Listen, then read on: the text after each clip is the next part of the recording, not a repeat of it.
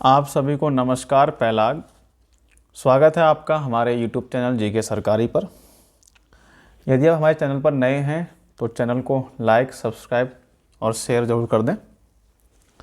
तो आज हम आपके सामने भारतीय संविधान की एक नई सीरीज लेकर आए हैं और ये इसका पहला वीडियो है। इसके माध्यम से हम लोग आज भारतीय संविधान का परिचय पढ़ेंगे जिसमें भारतीय संविधान में उल्लेखित जो शब्द हैं 3, राज्य, व्यक्ति और सरकार क्या है, उसको हम जानेंगे। राज्य क्या होता है, उसके अनिवार्य तत्व क्या होते हैं, संप्रभुता क्या होती है, राज व्यवस्था क्या है, संविधान क्या है। ठीक है। इसके अलावा संवैधानिक उसमें विकास देखेंगे। हमारा भारतीय संविधान का इतिहास किस प्रकार शुरू होता है। 2 चरणों में भारतीय संविधान का इतिहास आता है, जिसमें पहला चरण कंपनी का शासन 1773 से 1858 तक का जो कालखंड है, इसको कंपनी के शासन के नाम से जानते हैं। और 1858 से लेकर 1947 तक का जो कालखंड है, इसको हम ताज का शासन के नाम से जानते हैं। चलिए शुरू करते हैं। चलिए, ये हैं आपके वो 3 तत्व शब्द, राज्य, सरकार और व्यक्ति। ठीक हो गया। तो राज्य यहाँ पर एक अमूर्त संस्था है। कैसी संस्था है? ये अपने किसी भी कार्य के लिए जिम्मेदार नहीं है। ठीक है। तो और राज्य सरकार क्या है? मूर्त संस्था है। कैसी संस्था है? सरकार मूर्त संस्था है और राज्य अमूर्त संस्था है। और जो व्यक्ति है, इसको संविधान द्वारा फंडामेंटल राइट्स और डीपीएस अर्थात राज्य के नीति निदेशक तत्व दिए गए हैं। इसकी संविधान द्वारा व्यवस्था की गई फंडामेंटल राइट्स की और डीपीएसपी किसके लिए? व्यक्ति के लिए। ठीक है। और सरकार मूर्त संस्था है और राज्य अमूर्त संस्था है। ठीक हो गया। अब बात करें राज्य के बारे में। राज्य क्या होता है? ठीक है, राज्य क्या होता है? सबसे प्राथमिक इकाई है ये। प्राथमिक एवं क्या है? प्राचीन अवधारणा राज्य है। अब राज्य होगा तभी क्या होगी? राज व्यवस्था होगी। ठीक है। एक राजनीतिक भू क्षेत्रीय इकाई है राज्य। ठीक है। कैसी इकाई है? एक राजनीतिक भू क्षेत्रीय इकाई है। राज्य के 4 अनिवार्य तत्व बताए गए हैं। ठीक है। 4 अनिवार्य तत्व हैं इसके। इसके बाद भूभाग होना बहुत जरूरी है। भूभाग।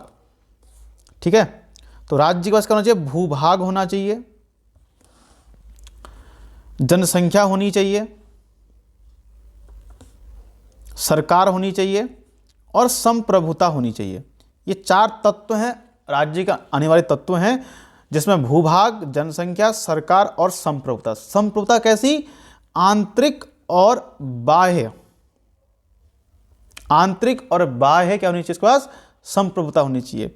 यानी कि जो राज्य है वह अपने आंतरिक और बाह्य मामलों में निर्णय लेने के लिए क्या स्वतंत्र होना चाहिए। ठीक है। उसके निर्णय कोई और नहीं लेगा। ठीक है। तो संप्रभुता किस प्रकार की? आंतरिक और बाह्य सर्वोच्च संप्रभुता उसके पास होनी चाहिए। ठीक हो गया। अब बात करते हैं सरकार की। किसकी? सरकार की। ये 3 प्रकार की होती है। एक होती है केंद्रीय या संघीय सरकार, दूसरी होती है केंद्र शासित यानी केंद्र द्वारा शासित सरकार होती है, तीसरी होती है राज्य सरकार। समझ में आया? सरकार 3 प्रकार की, एक केंद्रीय या संघीय सरकार, दूसरी केंद्र शासित सरकार, तीसरी राज्य सरकार। ठीक हो गया। अब इसमें हम अगर केंद्रीय सरकार की बात करें तो इसके भी 3 तत्व हैं। इसमें 3 चीजें होते हैं। एक होती है कार्यपालिका,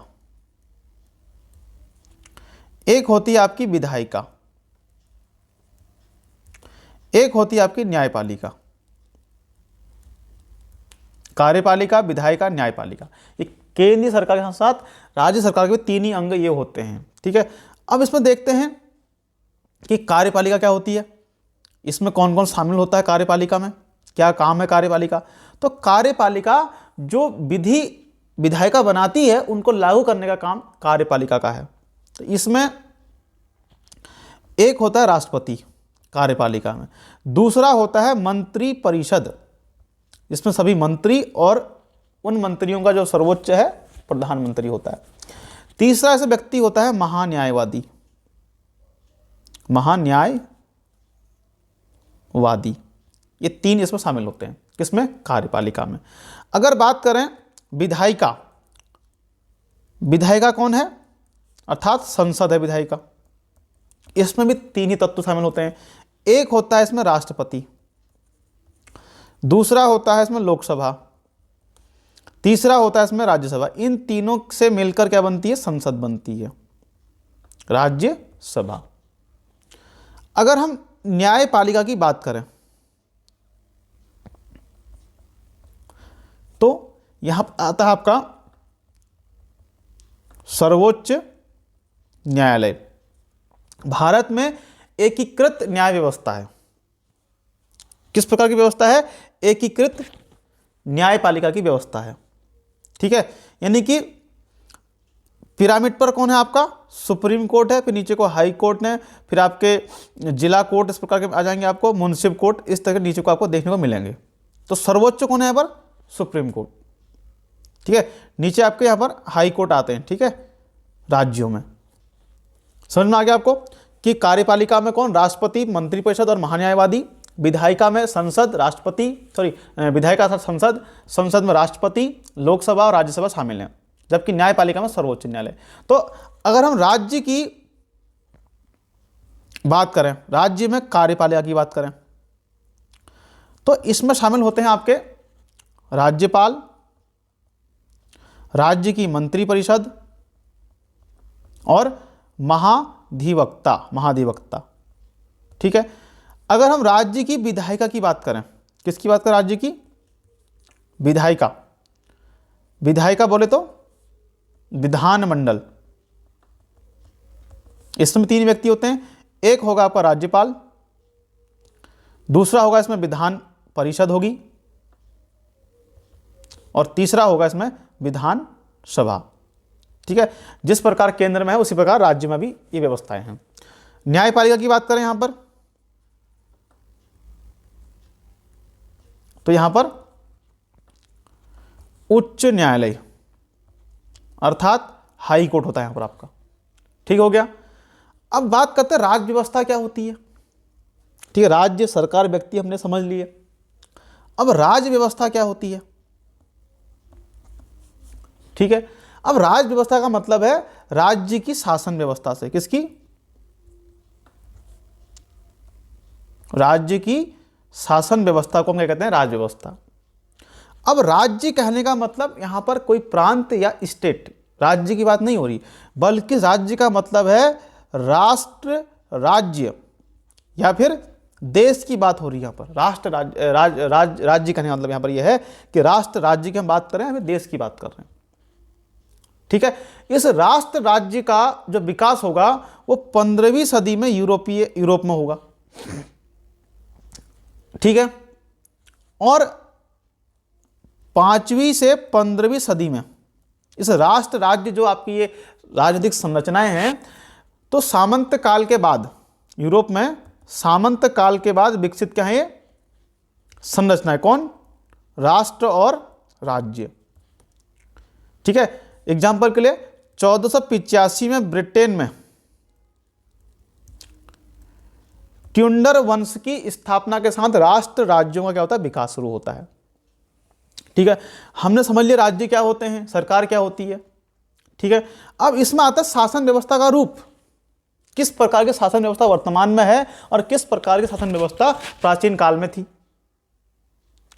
तो प्राचीन काल में राजतंत्र था एक, तो आपका सबसे प्राचीन व्यवस्था है। यहां पर एक ही व्यक्ति में क्या होती थी? शासन व्यवस्था समाहित थी उसमें। फिर अगला आता है इसमें कुलीन तंत्र। कुलीन तंत्र आता है एक। इसमें क्या है? कुछ व्यक्तियों के हाथों में क्या थी? शासन व्यवस्था समाहित थी। फिर आता आपका तानाशाही या अधिनायक तंत्र आता है इसमें। अधिनायक तंत्र आता है। तो इसमें एक ही व्यक्ति निरंकुश शासन करता है। कैसा शासन करता है? निरंकुश शासन करता है, तानाशाही अधिनायक तंत्र में। अब जो वर्तमान में सबसे लोकप्रिय रूप है शासन का, उसको हम जानते हैं लोकतंत्र के नाम से। लोकतंत्र के नाम से इसमें जो शासन शक्ति है वो किस में निहित है? जनता में निहित है। और शासन का संचालन किस प्रकार से हो रहा है? जनता के निर्वाचित प्रतिनिधियों के द्वारा। जनता के निर्वाचित प्रतिनिधियों के द्वारा क्या हो रहा है? शासन संचालन किया जा रहा है। ठीक है। और लोकतंत्र के बारे में अब्राहम लिंकन ने क्या कहा कि लोकतंत्र क्या है? जनता का, जनता के द्वारा, जनता के लिए शासन है। अब इस लोकतंत्र के भी वर्तमान में हम कई रूप देखते हैं, जिनमें पहला आता है जनतंत्र। ये आपका साम्यवादी जो देश हैं, इनके द्वारा अपनाए गए हम लोकतंत्र को ही जनतंत्र कहते हैं, जो कम्युनिस्ट देश हैं। फिर आता है आपका एक गणतंत्र आता है। तो इसमें शासनाध्यक्ष अर्थात जो शासन का प्रमुख है वो वंशानुगत नहीं होता, बल्कि क्या होता है? निर्वाचित होता है। ठीक है। और भारत, हम बात करें भारत किस प्रकार का लोकतंत्र है, तो भारत में लोकतंत्रात्मक क्या है? गणतंत्र, लोकतंत्रात्मक गणतंत्र है भारत में। जबकि ब्रिटेन में लोकतंत्रात्मक राजतंत्र है। भारत में लोकतंत्रात्मक गणतंत्र और ब्रिटेन में लोकतंत्रात्मक राजतंत्र है। फिर इसमें एक आता है आपका अध्यक्षात्मक या राष्ट्रपति वाला तंत्र आता है इसमें एक। ठीक है। इसमें क्या होता है कि समस्त कार्यपालिका की शक्ति किसमें निहित होती है? राष्ट्रपति में निहित होती है। वही राष्ट्रपति क्या यहां पर सर्वोच्च होगा, व्यवहारिक नेतृत्व करता होगा, जैसे अमेरिका में है राष्ट्रपति शासन। फिर इसमें एक आता है संसदीय या मंत्रिमंडलीय तंत्र। ठीक है। यानी कि संसद ही इसमें क्या होगी? सर्वोच्च होगी। और कार्यपालिका संसद के प्रति क्या होगी? उत्तरदायी होगी। कौन? कार्यपालिका। ठीक हो गया। अगर हम बात करें संविधान की कि संविधान क्या है, तो संविधान क्या है? एक प्रकार कानूनी क्या है? दस्तावेज है, कानूनी दस्तावेज, जिसके माध्यम से राज्य की शासन व्यवस्था का संचालन होता है। राज्य की शासन व्यवस्था का संचालन होता है किसके माध्यम से? संविधान के माध्यम से। अब संविधान भी दो प्रकार का होता है, एक लिखित और एक अलिखित होता है। लिखित जैसे भारत और यूएसए अमेरिका का, अलिखित जैसे ब्रिटेन का। ठीक हो गया। अब संविधान के समझ में आता है कि संविधानवाद और संवैधानिकता क्या है। तो इस संविधानवाद के माध्यम से एक ऐसी संकल्पना है राज्य व्यवस्था जिसके आधार पर क्या है? संचालित होती है। इसका एक ही लक्ष्य है, क्या? विधि का शासन, अर्थात कानून का शासन। ठीक है। जिसमें क्या होता है कि सरकार के अधिकार विधि द्वारा निर्धारित होने के कारण क्या होते हैं? सीमित एवं निलंबित होते हैं। और ये संविधानवाद है या संवैधानिकता है, क्या है कि एक प्रकार से शासन व्यवस्था की सर्वोच्चता की बात करता है। कौन? संविधानवाद या संवैधानिकता शब्द। अब बात करते हैं सर्वोच्चता की कि सर्वोच्च कौन है भारत में, कि भैया भारत में ब्रिटेन की तरह संसदीय सर्वोच्चता है या अमेरिका की तरह न्यायिक सर्वोच्चता है। ठीक है। अब इसको हम देखेंगे तो कुछ अनुच्छेदों के माध्यम से हमको पता चलता है कि भारत में एक तर्क हम दे सकते हैं कि भारत में संसदीय सर्वोच्चता है। जैसे आपका अनुच्छेद 105 संसदीय विशेषाधिकार, 122 संसदीय कार्यवाही न्यायपालिका से हस्तक्षेप मुक्त है, यानी कि संसद की कार्यवाही को आप न्यायालय में नहीं ले जा सकते। अनुच्छेद 368 संविधान के किसी भी भाग में संशोधन। तो इन आर्टिकल के माध्यम से हम एक तर्क दे सकते हैं कि भारत में क्या है, संसदीय सर्वोच्चता है। अब इसी संदर्भ में हम न्यायपालिका को ले सकते हैं कि न्यायपालिका किस प्रकार सर्वोच्च है।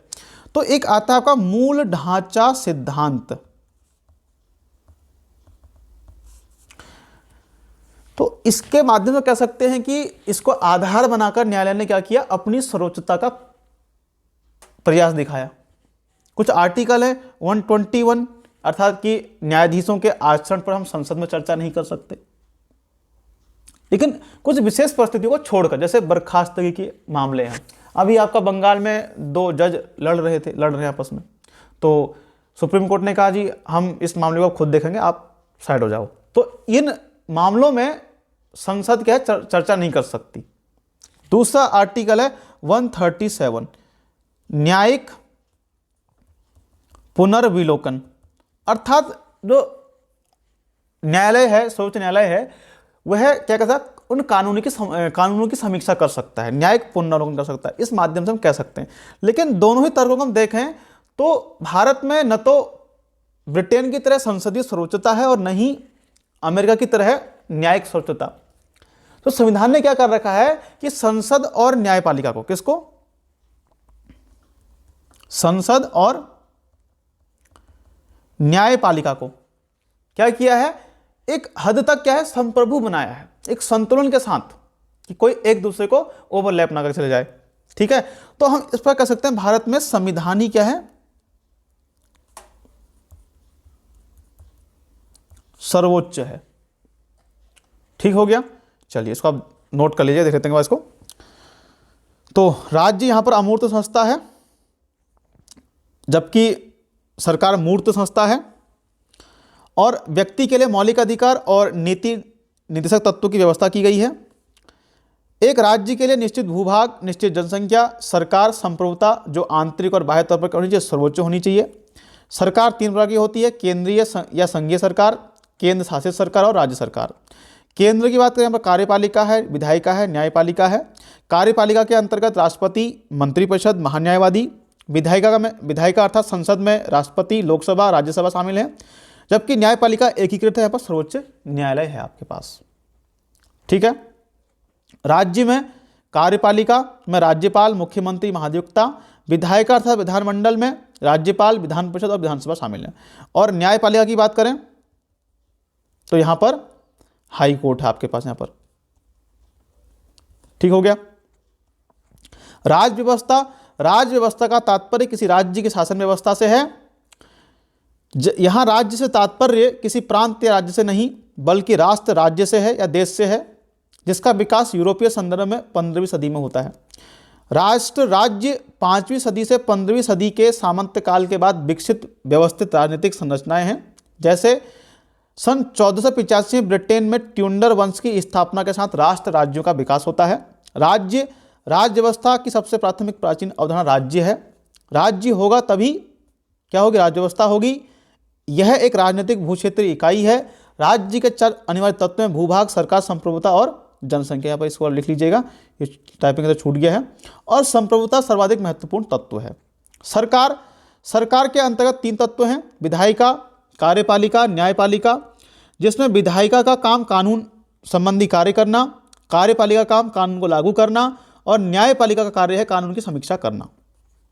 ठीक है। शासन के रूप, राजतंत्र, शासन का प्राचीन रूप है राजतंत्र। एक व्यक्ति में सारी शासन शक्ति समाहित होती है, वही सब निर्णय लेता है।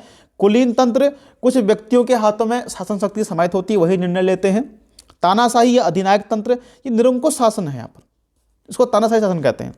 एग्जाम्पल के लिए आपका उत्तर कोरिया तानाशाह है बिल्कुल। लोकतंत्र, वर्तमान में सबसे लोकप्रिय है ये शासन तंत्र। कौन सा? लोकतंत्र।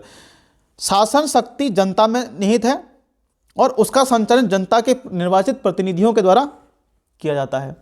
ठीक है। और अब्राहम लिंकन ने कहा था कि लोकतंत्र जनता के द्वारा जनता के लिए क्या है? शासन है। ठीक है। और लोकतंत्र के भी कई रूप हैं। जो कम्युनिस्ट देश हैं वहाँ पर, या फिर साम्यवादी देश हैं वहाँ पर, इसको हम जनतंत्र के नाम से जानते हैं। एक ऐसा रूप गणतंत्र, अर्थात शासन व्यवस्था जिसमें शासनाध्यक्ष यानी शासन का प्रमुख वंशानुगत नहीं होगा बल्कि निर्वाचित होगा। भारत लोकतंत्रात्मक गणतंत्र है, जबकि ब्रिटेन लोकतंत्रात्मक राजतंत्र है। अगला है अध्यक्षात्मक या राष्ट्रपति तंत्र। इसमें समस्त कार्यपालिका शक्ति राष्ट्रपति में निहित होती है। राष्ट्रपति सर्वोच्च व व्यवहारिक नेतृत्व करता होता है, जैसे अमेरिका। फिर बात करते हैं एक तंत्र इसमें बचता है संसदीय या फिर मंत्रिमंडलीय व्यवस्था। तो इस ऐसी प्रणाली जिसमें संसद विधि द्वारा निर्माण की सर्वोच्च संस्था एवं कार्यपालिका संसद के प्रति क्या होती है, उत्तरदायी होती है, जैसे भारत और ब्रिटेन। ठीक है। संविधान की बात करें तो संविधान एक प्रकार का कानूनी दस्तावेज होता है और इसके आधार पर देश या राज्य के शासन व्यवस्था का क्या होता है, संचालन होता है। संविधान दो प्रकार का होता है, लिखित जैसे यूएसए और भारत, अलिखित जैसे ब्रिटेन का। अब संविधानवाद और संवैधानिकता क्या है, तो राज्य व्यवस्था की ऐसी संकल्पना है जो संविधान के आधार पर संचालित होती है। यह एक साध्य लक्ष्य है जिसके प्राप्ति का साधन या माध्यम, इसका उद्देश्य विधि का क्या है, शासन है, जिसमें सरकार के अधिकार विधि द्वारा निर्धारित होने के कारण सीमित एवं निलंबित होते हैं और एक प्रकार से शासन व्यवस्था की सर्वोच्चता की भी क्या करता है, अभिव्यक्ति करता है। भारतीय संविधान एवं राज्य व्यवस्था के संदर्भ में सर्वोच्चता को लेकर विवाद रहा है। इस विवाद में कई तरह के प्रश्न रहे हैं, जैसे क्या भारत में ब्रिटेन की तरह संसदीय सर्वोच्चता है, क्या अमेरिका की तरह न्यायिक सर्वोच्चता है भारत में। तो भारतीय संविधान में वर्णित कुछ अनुच्छेदों के माध्यम से सरकार की संसद की सर्वोच्चता के पक्ष में कुछ तर्क हम देते हैं। ठीक है। तो कुछ आर्टिकल हैं। आर्टिकल 105 संसदीय विशेषाधिकार, आर्टिकल 122 संसदीय कार्यवाही न्यायपालिका के हस्तक्षेप से मुक्त है, आर्टिकल 368 संविधान के किसी भाग में संशोधन का अधिकार। तो इसी प्रकार अगर हम न्यायिक सर्वोच्चता की बात देखें तो मूल ढांचा सिद्धांत केशवानंद भारतीवाद में 1973 में यह सिद्धांत सामने आता है और जो आगे कई वर्षों में अन्य निर्णयों से और व्यापक होता गया। इसको आधार बनाकर न्यायालय द्वारा अपनी सर्वोच्चता का प्रयास दिखाई पड़ता है। इसमें आर्टिकल 121 न्यायाधीशों के आचरण पर संसद में चर्चा नहीं की जा सकती, सिर्फ विशेष परिस्थितियों को छोड़कर, जैसे बर्खास्तगी आदि के मामलों में। आर्टिकल 137 न्यायिक पुनर्विलोकन। ठीक है, किसी भी कानून का न्यायपालिका क्या कर सकती है, न्यायिक पुनर्विलोकन कर सकती है। तो इन दोनों पक्षों के अध्ययन से पता चलता है कि वास्तव में अगर हम समग्रता से देखें तो पाते हैं कि भारत में न तो ब्रिटेन की तरह संसदीय सर्वोच्चता है और न ही अमेरिका की तरह न्यायिक सर्वोच्चता है। यद्यपि संसद एवं न्यायपालिका को काफी हद तक क्या बनाया गया है, संप्रभु बनाया गया, लेकिन एक संतुलन के साथ में। और यही कहा जा सकता है कि भारत में विधायिका, न्यायपालिका एवं कार्यपालिका आदि में उचित संतुलन के साथ मूलतः संविधान ही सर्वोच्च है। ठीक हो गया, इतना लोग समझ में आ गया होगा कि राज्य व्यवस्था क्या है, संविधानवाद, संविधान क्या है, संविधानवाद क्या है, संवैधानिकता क्या है, राज्य क्या है, सरकार क्या है, व्यक्ति क्या है, व्यक्ति के पास क्या है। व्यक्ति के लिए संविधान ने फंडामेंटल राइट्स, मौलिक अधिकार और नीति निषेध तत्व डीपीएसपी की व्यवस्था की है। अब देखते हैं भारत में संवैधानिक विकास किस प्रकार से होता है। तो अगर हम बात करें भारतीय संविधान के इतिहास का प्रारंभ, तो ईस्ट इंडिया कंपनी की स्थापना के साथ ही प्रारंभ हो जाता है। तो 1600 जो ईस्वी का राजलेख है, यही वह जीवाणु है जिससे अन्य अधिनियम, चार्टर भारत में आते हैं। ठीक है, और भारतीय संविधान को हम क्या कह सकते हैं, अंग्रेजों की देन कह सकते हैं। तो जो भारतीय संविधान का जो अंतिम निर्माण कार्य हुआ वो 26 जनवरी 1950 को हो गया था। इसी दिन से भारत गणतंत्र बन गया और इसका संविधान लागू हो गया। और 26 नवंबर 1949 से पहले ब्रिटिश संसद द्वारा कई अधिनियम, चार्टर पारित किए गए जिन्हें हम भारतीय संविधान का आधार कहते हैं। अगर हम बात करें इसमें सबसे पहले 1600 ईस्वी के राजलेख की बात करें तो इसी के साथ भारत में क्या होता है, ईस्ट इंडिया कंपनी की स्थापना के साथ ही क्या होता है, भारत का संवैधानिक इतिहास शुरू हो जाता है। क्या होता है, भारतीय संवैधानिक इतिहास शुरू हो जाता है। इस चार्टर एक्ट के माध्यम से एलिजाबेथ प्रथम ने ईस्ट इंडिया कंपनी को पूर्वी देशों के साथ व्यापार करने का अधिकार प्रदान कर दिया। ठीक है, और कंपनी जो थी इसमें 217 साझेदार थे। कंपनी का शासन चलाने के लिए एक परिषद थी। इस परिषद में सबसे ऊपर गवर्नर और प्लस 24 सदस्य थे। ठीक हो गया। अगर हम बात करें कंपनी का पहला गवर्नर कौन था, कंपनी का पहला गवर्नर कौन था, तो कंपनी का पहला गवर्नर था टॉमस स्मिथ। भारत में बात करें तो बंगाल में कंपनी का पहला गवर्नर, बंगाल का नहीं, बंगाल में कंपनी का पहला गवर्नर कौन बना, तो विलियम हेजेज कहता है बंगाल में कंपनी का पहला गवर्नर था।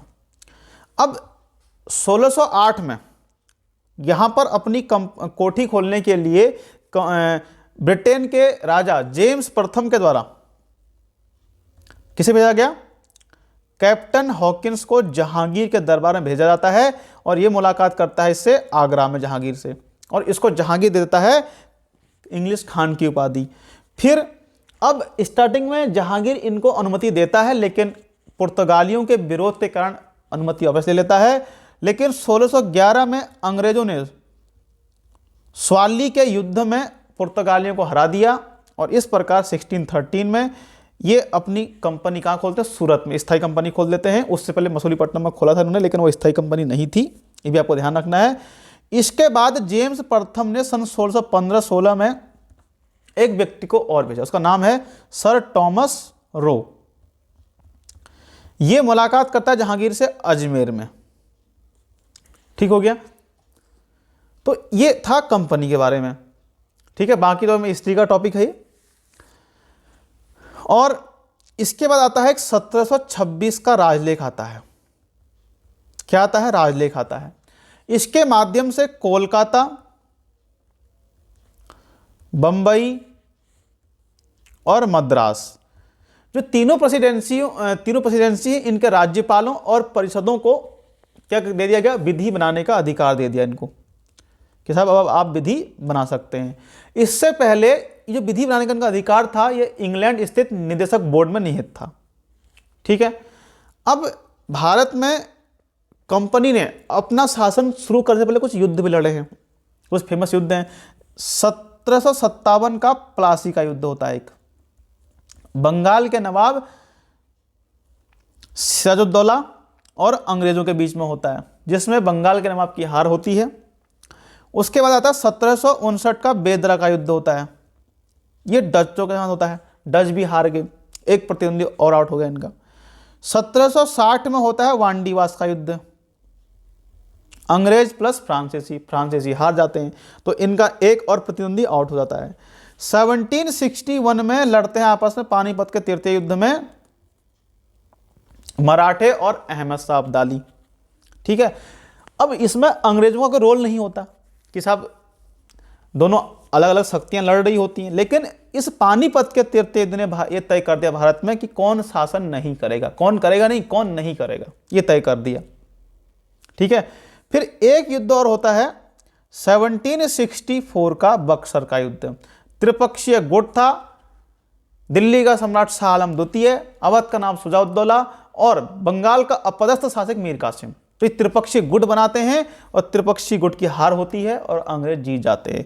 प्लासी के युद्ध से अंग्रेजों ने बंगाल में अपनी प्रभुसत्ता स्थापित करी और बक्सर के युद्ध से भारत में अपनी प्रभुसत्ता स्थापित कर ली। और 1765 में करते हैं इलाहाबाद की संधियां। दो संधि होती है इलाहाबाद की, एक दिल्ली के सम्राट शाह आलम द्वितीय से और दूसरी अवध के नवाब शुजाउद्दौला के माध्यम से करते हैं। ठीक है, और इसके बाद भारत में एक्ट आने शुरू होते हैं। पहला एक्ट 1773 में आएगा, फिर 1781 का एक्ट ऑफ सेटलमेंट, 1784 का पिट्स इंडिया एक्ट, 1786 का अधिनियम आएगा, फिर आपका 1793 का चार्टर, फिर 1813 का चार्टर, फिर 1833 का चार्टर आएगा आपका, फिर आपका 1853 का चार्टर आएगा। ठीक है, इस प्रकार के चार्टर आते हैं। चलिए इनको देखते हैं जरा। यह है भारत का संवैधानिक इतिहास। ठीक है, तो भारतीय संविधान का इतिहास का प्रारंभ 1600 से माना जाता है। आधुनिक भारतीय संविधान को अंग्रेजों की देन कह सकते हैं और इसका निर्माण कार्य अंतिम रूप से 26 जनवरी 1950 को शुरू होता है और भारत में नए गणराज्य के संविधान का शुभारंभ 26 जनवरी 1950 को होता है। 26 नवंबर 1949 को भारतीय संविधान सभा द्वारा निर्मित भारत का संविधान के पूर्व ब्रिटिश संसद द्वारा कई ऐसे अधिनियम या चार्टर पारित किए गए जिन्हें भारतीय संविधान का आधार कहा गया। चलिए देखते हैं इसमें, आप इनको नोट करते चलना आप लोग। 1600 ईस्वी का राजलेख। तो भारत का संवैधानिक इतिहास ईस्ट इंडिया कंपनी की स्थापना के साथ प्रारंभ होता है और यह कार्य एक चार्टर के माध्यम से किया गया जिसे 1600 ईस्वी का राजलेख कहते हैं। इसके माध्यम से महारानी एलिजाबेथ प्रथम ने ईस्ट इंडिया कंपनी की स्थापना कर उसे पूर्वी देशों के साथ 15 वर्षों तक व्यापार करने का अधिकार प्रदान किया। इस कंपनी का सारा प्रशासन एक परिषद के माध्यम से किया जाता था जिसके शिखर पर गवर्नर प्लस 24 अन्य सदस्य थे। इसे गवर्नर व उसकी परिषद कहा गया। प्रारंभ में इसमें 217 साझेदार थे। कंपनी का प्रथम governor Thomas Smith. William Hedges Bengal में कंपनी का प्रथम गवर्नर था। इन्होंने अपनी पहली कोठी मसूलीपट्टनम में खोली जो अस्थायी थी। कंपनी खोलने के लिए अनुमति लेने के लिए ब्रिटेन के राजा जेम्स प्रथम ने कैप्टन हॉकिंस को 1608 में जहांगीर के दरबार में भेजा और 1615-16 में दूसरी बार जेम्स प्रथम ने टॉमस रो को जहांगीर के दरबार में भेजा। ठीक है, अब बात करते हैं 1726 का राजलेख। इस चार्टर के द्वारा कोलकाता, मुंबई, मद्रास प्रेसिडेंसियों के राज्यपालों को तथा उनकी परिषद को विधि बनाने की शक्ति दी गई और इससे पहले ये जो विधि बनाने की शक्ति थी इंग्लैंड स्थित निदेशक बोर्ड में निहित थी। ठीक है, कुछ युद्ध। प्लासी का 1757 में बंगाल नवाब सिराजुद्दौला के बीच लड़ा जाता है। अंग्रेज होते हैं विजय और इस युद्ध के समय अंग्रेज सेना का नेतृत्व रॉबर्ट क्लाइव कर रहा था। ये लाइन आप काट दीजिएगा, ये अलीनगर की संधि से पहले हो चुकी होती है। ब्लैक होल की घटना से पहले के बाद होती है अलीनगर की संधि और अलीनगर की संधि का लड़ा जाता है प्लासी का युद्ध। बेदरा डचों के बीच लड़ा, डच और अंग्रेज, जिसमें अंग्रेज हो जाते हैं विजयी। वांडीवास अंग्रेज एवं फ्रांसीसी के बीच लड़ा गया, इसमें भी अंग्रेज होते हैं विजयी। इस युद्ध में अंग्रेजों का नेतृत्व सर आयरकूट कर रहा था और तृतीय कर्नाटक युद्ध के बीच में लड़ा जाता है ये आपका वांडीवास का वो युद्ध और तृतीय कर्नाटक का युद्ध पेरिस की संधि से समाप्त हो गया था। ठीक हो गया। पानीपत का युद्ध अहमद शाह अब्दाली और मराठों के बीच, जिसमें मराठे हार जाते हैं और यह युद्ध निर्णय करता है कि भारत पर कौन शासन नहीं करेगा। बक्सर का त्रिपक्षीय गुट के मध्य लड़ा गया जिससे बंगाल नवाब मीर कासिम, अवध का नवाब शुजाउद्दौला और दिल्ली का बादशाह सालम द्वितीय था इसमें। इस युद्ध में त्रिपक्षीय गुट की हार होती है। फिर होती इलाहाबाद की संधि 1765 में ईस्ट इंडिया कंपनी की ओर से रॉबर्ट क्लाइव और बादशाह सालम द्वितीय के मध्य। इसके अलावा अवध के नवाब के साथ भी एक संधि की जाती है इलाहाबाद की। ठीक हो गया। चलिए अब देखते हैं कंपनी का शासन। ठीक है, 1773 का रेगुलेटिंग एक्ट। तो कंपनी का शासन शुरू होगा 1773 से 1858। एक चरण तो ये है भारत में संवैधानिक इतिहास का। दूसरा आएगा ताज का शासन। ये चलेगा 1858 से 1947 तक चलेगा ताज का शासन। ठीक है, तो 1773 के एक्ट के माध्यम से क्या होता है कि ईस्ट इंडिया कंपनी के कार्यों को नियमित व नियंत्रित करने की दिशा में ब्रिटिश सरकार द्वारा उठाया गया पहला कदम था। इस प्रकार कंपनी पर संसदीय नियंत्रण स्थापित किया गया। क्या किया गया? कंपनी पर संसदीय नियंत्रण स्थापित किया गया। कंपनी के लिए पहली बार लिखित संविधान प्रस्तुत किया गया। लिखित संविधान प्रस्तुत किया गया।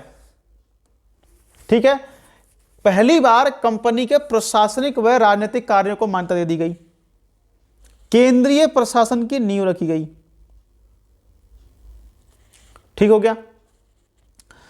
और इस अधिनियम के द्वारा बंगाल के गवर्नर को क्या बना दिया गया? बंगाल का गवर्नर जनरल बना दिया गया। और यह बनने वाला व्यक्ति कौन था? वॉरेन हेस्टिंग था। कौन था? वॉरेन हेस्टिंग्स था। अब वॉरेन हेस्टिंग ने काम किया कि राजस्व के सर्वोच्च अधिकारी के रूप में जिला कलेक्ट्रेट का पद बनाया, जिला कलेक्ट्रेट का पद बनाया। पहला कौन था जिला कलेक्ट्रेट? रॉल्फ सेल्डर था, ठीक है। और इस एक्ट के माध्यम से 1774 में कोलकाता में एक उच्च न्यायालय की स्थापना की जाती है, जिसमें एक मुख्य न्यायाधीश था और 3 अन्य न्यायाधीश, यानी कि 3+1 थे। और बात करें हम इसमें पहला मुख्य न्यायाधीश था एलिजाह एम्पे, और 3 अन्य के नाम हैं इसमें आपके चैम्बर्स, लिमेंस्टर और हाइड। ये 3 व्यक्ति थे इसमें, ठीक है। ये आपके अन्य न्यायाधीश थे। अब बात करते हैं इस अधिनियम के द्वारा गवर्नर, बंगाल का शासन जो था गवर्नर जनरल और 4 सदस्यीय एक परिषद में निहित किया गया, ठीक है। जिनमें जो 4 सदस्य थे, एक था आपका क्लेवरिंग, एक था आपका मॉनसन, एक था आपका बरवेल और एक था आपका फिलिप फ्रांसिस। ये 4 व्यक्ति गवर्नर जनरल के अलावा उस परिषद में शामिल थे जो बंगाल पर शासन कर रहे थे, ठीक है। और इनका कार्यकाल 5 वर्ष का था। निदेशक बोर्ड की सिफारिश पर केवल ब्रिटिश सरकार द्वारा इनको हटाया जा सकता था, ठीक हो गया। चलिए, तो समझ आ गया आपको। तो भारत में ईस्ट इंडिया कंपनी के कार्यों को नियमित नियंत्रित करने की दिशा में ब्रिटिश सरकार द्वारा उठाया गया पहला कदम था ये। कंपनी के शासन के लिए पहली बार लिखित संविधान प्रस्तुत किया गया। कंपनी के प्रशासनिक राजनीतिक कार्यों को मान्यता दी गई पहली बार। केंद्रीय प्रशासन की नींव रखी गई, ठीक है। इस अधिनियम द्वारा बंगाल के गवर्नर को बंगाल का गवर्नर जनरल बना दिया गया। और इस एक्ट के तहत बनने वाला प्रथम गवर्नर जनरल कौन था? वॉरेन हेस्टिंग था। तीनों प्रेसिडेंसियों को उसके अधीन कर दिया गया। वॉरेन हेस्टिंग ने गवर्नर जनरल के रूप में रहते हुए राजस्व के सर्वोच्च अधिकारी के रूप में जिला कलेक्ट्रेट का पद बनाया। पहला जिला कलेक्ट्रेट रॉल्फ सेल्डर था। इस अधिनियम द्वारा बंगाल का शासन गवर्नर जनरल व 4 सदस्यीय परिषद में निहित कर दिया गया। प्रशासक मंडल में 4 अन्य सदस्य क्लेवरिंग, मॉनसन, बरवेल, फिलिप फ्रांसिस को परिषद के सदस्य के रूप में नियुक्त किया गया। इन सभी का कार्यकाल 5 वर्ष का था और निदेशक बोर्ड की सिफारिश पर केवल ब्रिटिश सरकार द्वारा इनको हटाया जा सकता था। गवर्नर जनरल को परिषद के साथ कानून बनाने का अधिकार दिया गया और कानूनों को लागू करने से पूर्व निदेशक बोर्ड की अनुमति प्राप्त करना आवश्यक था, ठीक है। और इस अधिनियम के अंतर्गत कलकत्ता में 1774 में एक उच्च न्यायालय की स्थापना की जाती है, जिसमें मुख्य न्यायाधीश और 3 अन्य न्यायाधीश थे। इसके प्रथम मुख्य न्यायाधीश थे एलिजाह एम्पे, जबकि 3 अन्य थे चैम्बर्स, आपका लेमेस्टर और हाइड, ठीक है। और इसके विरुद्ध इस कोर्ट के विरुद्ध अपील प्रीवी काउंसिल में की जा सकती थी, ठीक है। और इस अधिनियम के माध्यम से ब्रिटिश सरकार द्वारा बोर्ड ऑफ डायरेक्टर के माध्यम से कंपनी पर नियंत्रण सख्त हो गया और इस एक्ट के माध्यम से कंपनी को भारत में राजस्व, नागरिक और सैन्य मामलों की जानकारी ब्रिटिश सरकार को देना आवश्यक कर दिया गया। अब बात करें ये एक्ट, इस एक्ट के समय ब्रिटिश प्रधानमंत्री कौन था? ठीक है, तो कौन था? लॉर्ड नॉर्थ कहते ब्रिटिश प्रधानमंत्री थे। इन्होंने एक क्या बनाई थी? सीक्रेट कमेटी बनाई थी और इसी कमेटी की सिफारिश पर यह 1773 का एक्ट पारित किया गया था। और इस अधिनियम के द्वारा कंपनी के शासन के लिए पहली बार क्या किया गया? लिखित संविधान प्रस्तुत किया गया। अभी नींव नहीं रखी है, केवल संविधान प्रस्तुत किया गया। एक्ट के द्वारा बोर्ड ऑफ डायरेक्टर्स की कार्य अवधि को घटाकर 3 वर्ष कर दिया गया। एक्ट के द्वारा बोर्ड ऑफ डायरेक्टर्स की कार्य अवधि 1 वर्ष के स्थान पर 4 वर्ष कर दी गई। ठीक है, तो 1 साल के स्थान पर 4 वर्ष कर दिया गया बोर्ड ऑफ डायरेक्टर्स के जो कार्यकाल है। और बोर्ड ऑफ डायरेक्टर्स की कुल सदस्य संख्या का 1/4 प्रतिवर्ष अवकाश ग्रहण कर लेते थे, अर्थात 24 थे, इसमें से 1/3 क्या कर लेते? अवकाश ग्रहण कर लेते थे। और इस अधिनियम के द्वारा कंपनी के कर्मचारियों को बिना लाइसेंस प्राप्त किए व्यापार को प्रतिबंध कर दिया गया। ठीक है, अब कुछ इस एक्ट में कमी रह गई। तो उसके लिए क्या किया, एक एक्ट फिर लेकर आए, एक्ट ऑफ सेटलमेंट। इसको जानते हैं बंदोबस्त कानून के नाम से भी जानते हैं। यानी कि रेगुलेटिंग एक्ट में जो कमियां रह गई थी उसको दूर करने के लिए इस एक्ट ऑफ सेटलमेंट को लेकर आया गया, और बंदोबस्त कानून के नाम से इसको जानते हैं। इस एक्ट के माध्यम से कलकत्ता के सिवा बंगाल, बिहार, उड़ीसा के लिए भी विधि बनाने का अधिकार दे दिया गया। 2-3 पॉइंट इसमें और हैं जिन्हें देखते हैं जरा। एक तो गवर्नर जनरल को सर्वोच्च न्यायालय की अधिकारिता क्षेत्र से मुक्त कर दिया गया। ठीक है, गवर्नर जनरल की काउंसिल को सर्वोच्च न्यायालय की अधिकारिता से मुक्त कर दिया गया।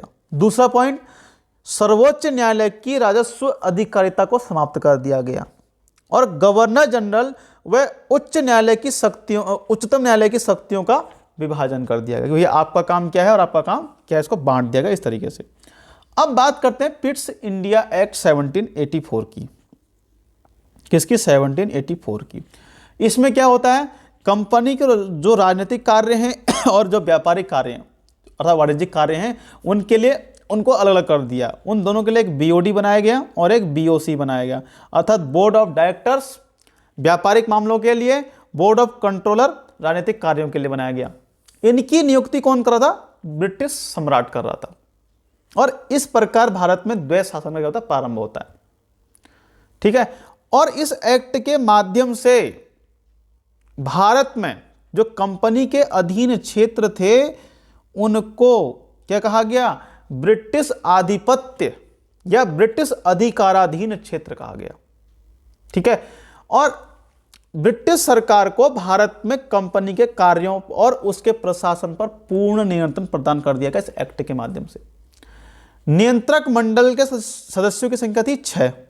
जो नियंत्रक मंडल थे इसके सदस्य थे 6।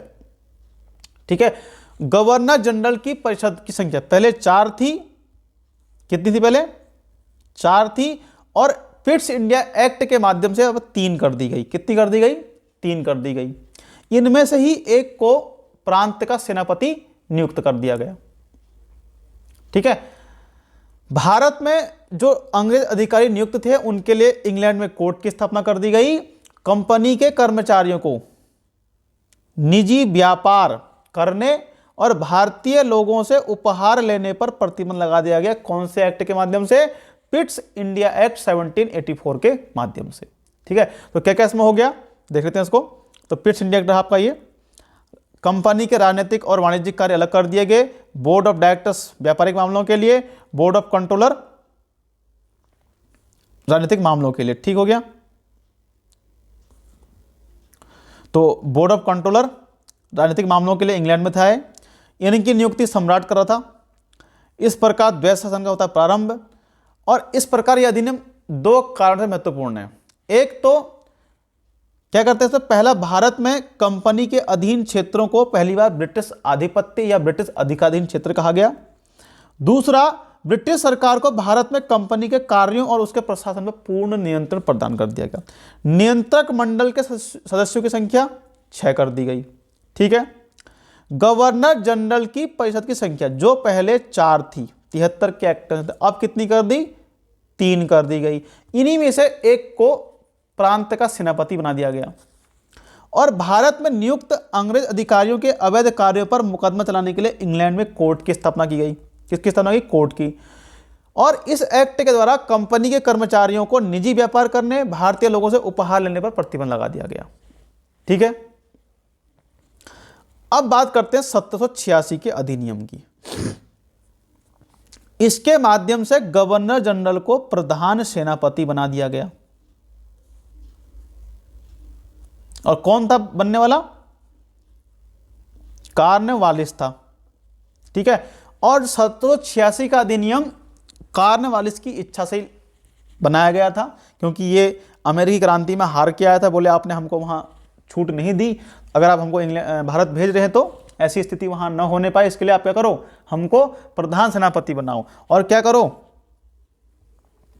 गवर्नर जनरल को विशेष परिस्थिति में अपनी परिषद के निर्णयों को निरस्त करने का अधिकार दे दिया गया। ठीक है, 86 के अधिनियम के माध्यम से गवर्नर जनरल को प्रधान सेनापति बना दिया गया, और प्रधान सेनापति बनने वाला पहला गवर्नर जनरल लॉर्ड कॉर्नवालिस था। और यह अधिनियम इसी की इच्छा से बनाया गया था। ठीक है, और गवर्नर जनरल को विशेष परिस्थितियों में अपनी परिषद के निर्णय को निरस्त करने का अधिकार भी दे दिया गया। अब बात करते हैं 1793 का चार्टर एक्ट। ठीक है, कौन सा एक्ट? 1793 का चार्टर एक्ट। तो जो नियंत्रक मंडल के सदस्य हैं, बीओडी और बीओसी वाले, उनका वेतन भारतीय राजस्व से दिया जाने लगा। ठीक है, तो उनका वेतन भारतीय रेवेन्यू से दिया जाने लगा। गवर्नर जनरल एवं गवर्नर की परिषदों की सदस्यता की योग्यता के लिए सदस्य बनने के लिए कम से कम 12 वर्षों तक भारत में रहने का अनुभव होना चाहिए, ये एक शर्त लगा दी गई। तो गवर्नर जनरल और उसकी परिषद में आपको क्या करना है? सदस्य बनना है, तो कम से कम 12 वर्षों भारत में रहना आवश्यक कर दिया गया। सभी कानूनों के विनिमय और व्याख्या का अधिकार न्यायालय को दे दिया गया। ठीक हो गया। लिखित कानून के द्वारा प्रशासन की नींव रख दी गई। 1773 के माध्यम से केवल प्रस्तुत किया गया, लेकिन नींव रखी गई 1793 के एक्ट के माध्यम से। ठीक है, अब बात करते हैं 1813 का राजलेख। इससे पहले ध्यान रखना, 1793 के बाद भारत में 4 चार्टर एक्ट लेके आए गए। 1793 का, 1813 का, 1833 का और 1853 का, 4 चार्टर एक्ट हैं। और 1853 के बाद कंपनी के अधिकार पत्र को अगले 20 वर्षों के लिए नहीं बढ़ाया गया।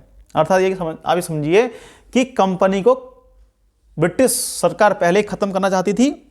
ठीक है, तो ये कोई कारण नहीं है कि 1857 की क्रांति भी तब कंपनी को खत्म कर दिया गया, इसकी कोई कहानी नहीं है। कंपनी को पहले ही क्या कर दिया था? न्यूट्रल कर दिया जाता है 1853 आते आते। तो देखते हैं 1813 का चार्टर एक्ट या राजलेख। तो 20 वर्षों के लिए पहले तो क्या किया? कंपनी के अधिकार पत्र को बढ़ा दिया गया। कंपनी के भारत में सभी व्यापारिक एकाधिकार समाप्त कर दिए। सिर्फ चीन के साथ व्यापार एवं पूर्वी देशों के साथ चाय के व्यापार पर उसका 20 वर्षों के लिए एकाधिकार रहा। सभी ब्रिटिश नागरिकों के लिए कुछ सीमा में व्यापार खोल दिया गया। ठीक है, ईसाई पादरियों को भारत आने की आज्ञा नहीं थी इस एक्ट से पहले। तो 13 के अधिनियम के बाद भारत जो ईसाई पादरी हैं वो आज्ञा प्राप्त करके भारत आ सकते थे। भारतीयों की शिक्षा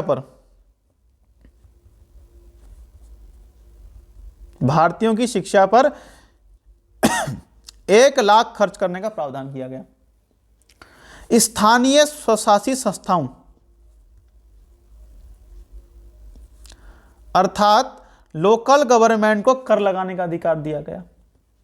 ठीक है, कंपनी को ब्रिटिश सम्राट की स्वीकृति से गवर्नरों और प्रधान सेनापतियों को नियुक्त करने का अधिकार मिल गया। कलकत्ता, बंबई, मद्रास की सरकारें जो विधि निर्मित करती थी उसका अनुमोदन ब्रिटिश संसद से अनिवार्य कर दिया गया। ठीक हो गया। तो ठीक है, तो कंपनी का अधिकार पत्र को 20 वर्ष के लिए नहीं बढ़ाया गया। कंपनी के भारत के साथ व्यापार करने के एकाधिकार को छीन लिया गया, किंतु उसे चीन के साथ व्यापार एवं पूर्वी देशों के साथ चाय के व्यापार के संदर्भ में 20 वर्षों के लिए एकाधिकार प्राप्त रहा। कुछ सीमाओं में ब्रिटिश नागरिकों के लिए व्यापार खोल दिया गया। 1813 से पहले ईसाई पादरियों को भारत में आने की अनुमति नहीं थी, परंतु 1813 के अधिनियम द्वारा ईसाई पादरियों को आज्ञा प्राप्त करके भारत आने की सुविधा मिल गई। भारतीयों की शिक्षा पर 1 लाख खर्च करने का उपबंध किया गया।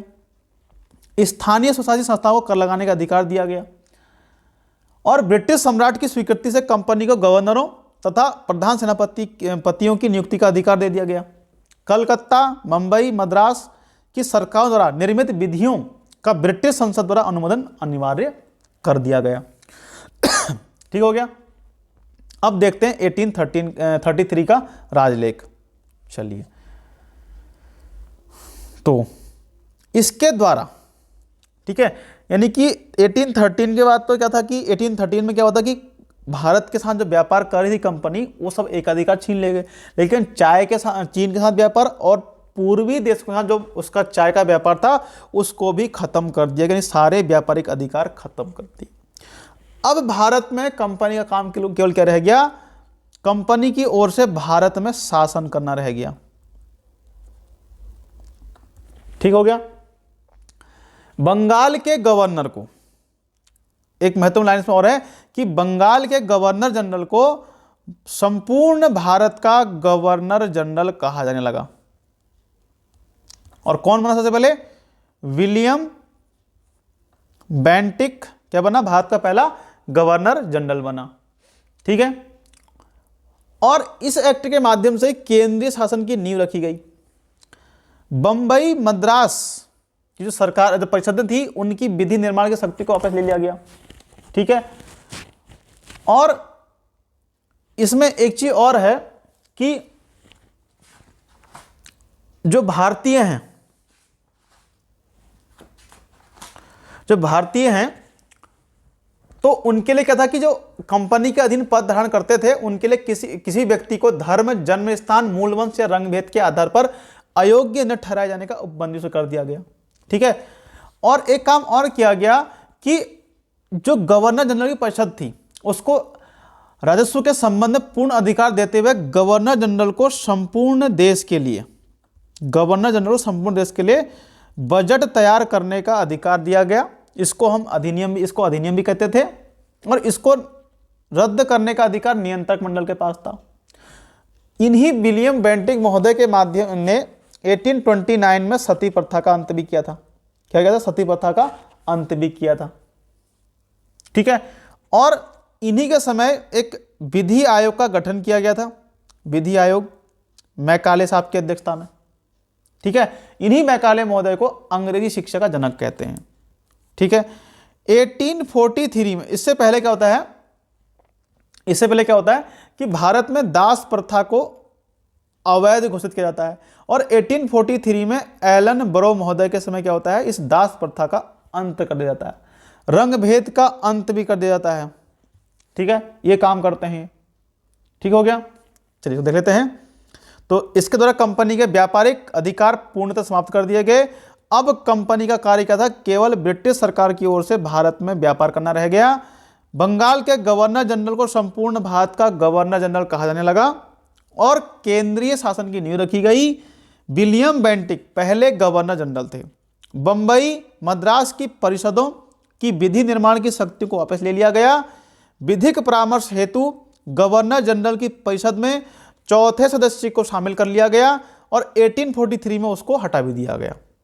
अधिनियम की धारा 87 के तहत कंपनी के अधीन पद धारण करने के लिए किसी व्यक्ति को धर्म, जन्म स्थान, मूल वंश या रंग भेद के आधार पर अयोग्य न ठहराए जाने का उपबंध भी कर दिया गया। गवर्नर जनरल की परिषद को राजस्व के संबंध में पूर्ण अधिकार प्रदान करते हुए गवर्नर जनरल को संपूर्ण देश के लिए एक ही बजट तैयार करने का अधिकार दिया गया, जिसे अधिनियम कहा जाता था, और इसको निरस्त करने का अधिकार नियंत्रक मंडल के पास था। लॉर्ड बेंटिक के समय 1829 में सती प्रथा का अंत कर दिया गया। भारतीय कानूनों का वर्गीकरण किया गया। इस कार्य के लिए एक आयोग की नियुक्ति की गई, और लॉर्ड मैकाले की अध्यक्षता में प्रथम विधि आयोग का गठन भी कर दिया गया। ठीक है, और इसी लॉर्ड मैकाले को अंग्रेजी शिक्षा का जनक कहते हैं। भारत में दास प्रथा को गैर कानूनी घोषित कर दिया गया, और 1843 में एलन बरो के समय दास प्रथा का उन्मूलन भी कर दिया गया, और इस अधिनियम के द्वारा रंग भेद को भी समाप्त कर दिया गया। भारत के गवर्नर जनरल की परिषद द्वारा पारित कानूनों को अधिनियम कहा गया। ठीक है, अब बात करते हैं अंतिम चार्टर एक्ट की। ठीक है, तो 1853 का चार्टर एक्ट है, और इस अधिनियम द्वारा सेवाओं में नामजदगी के स्थान पर क्या किया गया? प्रतियोगी परीक्षाओं को शुरू किया गया। इसके लिए 1854 में मैकाले की अध्यक्षता में एक समिति बनती है, और प्रतियोगी परीक्षाओं का जनक कहा जाता है डलहौजी को। ठीक है, किसे कहा जाता है? डलहौजी को। और इस अधिनियम द्वारा एक क्या 12 सदस्यीय क्या बनेगी? विधान परिषद बनेगी, उसका गठन किया जाएगा। ठीक है, और स्टार्टिंग में इसमें 6 सदस्य जोड़े जाते हैं, जिनको विधान पार्षद कहा जाता है।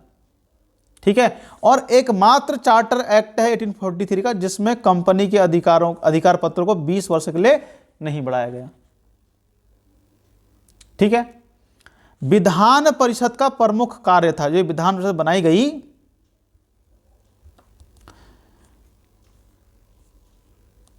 इसका प्रमुख कार्य था क्या था? विधि बनाना, विधि बनाना। और इसको अधिनियम बनने के लिए गवर्नर जनरल की अनुमति अनिवार्य थी, और गवर्नर जनरल उस अधिनियम को वीटो भी कर सकता था। ठीक है, क्या कर सकता था? वीटो भी कर सकता था। ठीक है, बंगाल के प्रशासनिक कार्यों के लिए एक अलग लेफ्टिनेंट गवर्नर नियुक्त कर दिया गया, और इस अधिनियम द्वारा ब्रिटिश संसद को यह अधिकार मिल गया कि कंपनी को हम कभी भी समाप्त कर सकते हैं, कभी भी समाप्त किया जा सकता है, इसका अधिकार दे दिया ब्रिटिश संसद को। ठीक हो गया। निदेशक मंडल की सदस्यों की संख्या 24 से घटाकर कर दी गई 18। ठीक है, और भारतीय शासन की ब्रिटिशकालीन इतिहास का अंतिम था चार्टर एक्ट। ठीक हो गया। तो 1853 में यह एक्ट आता है। इस अधिनियम द्वारा सेवाओं में नामजदगी के सिद्धांत को समाप्त कर दिया गया, और महत्वपूर्ण पदों को प्रतियोगी परीक्षाओं के आधार पर भरने की व्यवस्था की गई। इसके लिए 1854 में मैकाले समिति नियुक्त की जाती है। प्रतियोगी परीक्षाओं का जनक लॉर्ड डलहौजी को कहा जाता है। यह इस अधिनियम द्वारा 12 सदस्यों वाले एक विधान परिषद का गठन किया जाता है। यह एकमात्र ऐसा चार्टर एक्ट था जिसके द्वारा कंपनी के अधिकारों को 20 वर्षों के लिए नहीं बढ़ाया गया। और इस अधिनियम द्वारा गवर्नर जनरल की परिषद की विधायी और प्रशासनिक कार्यों को अलग कर दिया गया। इसके तहत 6 नए पार्षद जोड़े गए, जिन्हें विधान पार्षद कहा गया। विधान परिषद का प्रमुख कार्य था विधि बनाना, और इसको अधिनियम बनने के लिए गवर्नर जनरल की अनुमति आवश्यक थी। ऐसी विधियों को गवर्नर जनरल वीटो भी कर सकता था। बंगाल के प्रशासनिक कार्यों के लिए अलग लेफ्टिनेंट गवर्नर की नियुक्ति कर दी जाती है, और इस अधिनियम द्वारा निदेशक मंडल के सदस्यों की संख्या 24 से घटाकर 18 कर दी गई, और ब्रिटिश संसद को किसी भी समय कंपनी को समाप्त करने का अधिकार दे दिया गया।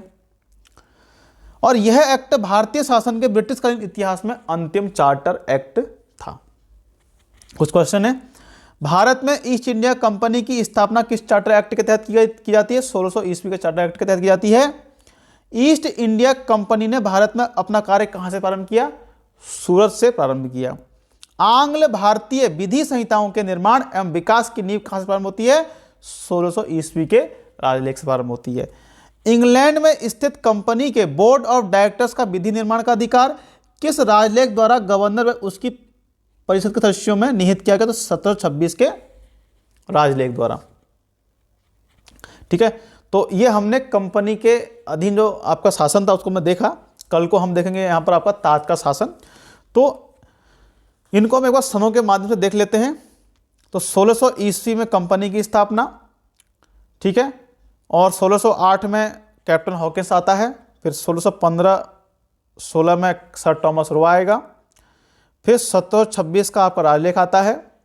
फिर 1757 का प्लासी का युद्ध, 1759 का बेदरा, 1760 का वांडीवास, 1761 का पानीपत का तृतीय युद्ध, 1764 का बक्सर, 1765 का इलाहाबाद की संधि, 1773 का पहला चार्टर रेगुलेटिंग एक्ट आएगा। 1774 में कोलकाता में सुप्रीम कोर्ट की स्थापना। फिर 1781 का एक्ट ऑफ सेटलमेंट, 1784 का पिट्स इंडिया एक्ट, 1786 का अधिनियम, 1793 का चार्टर एक्ट, 1813 का चार्टर एक्ट, 1833 का चार्टर एक्ट और 1853 का चार्टर एक्ट। तो इन सनों के माध्यम से आप यहाँ तक का इसको पूरा रिवीजन कर सकते हैं। तो पहले आप इन सनों को एक बार पढ़ लीजिए पूरी तरीके से, फिर इनको सनों को लिखिए, तो आपको चीज़ें अपने आप क्या होंगी, याद आ जाएंगी। ठीक है, तो रटना कुछ नहीं है। चलिए।